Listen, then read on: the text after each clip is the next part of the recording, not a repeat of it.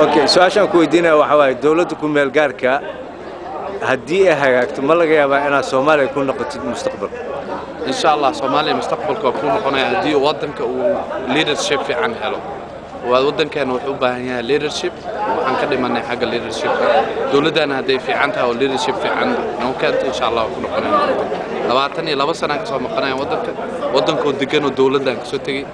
wadanka burbursan qaxooti dadkii wada ah dhibaataysan waa joognaa marka إن شاء الله hadii dawlad fiican ma ku noqonayna wadanka laakiin leadership u baahanay Soomaaliya waxay ka dhimatay leadership-ka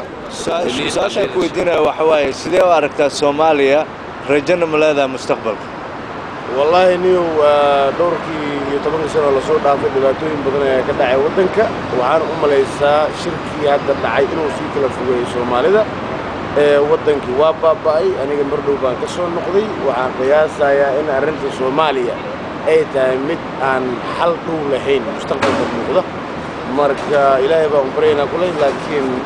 وعن كل شيء الصومالية ديلي هذا بق حنت يا داب يسكب الدلين حتى أنا مدينة ومسعده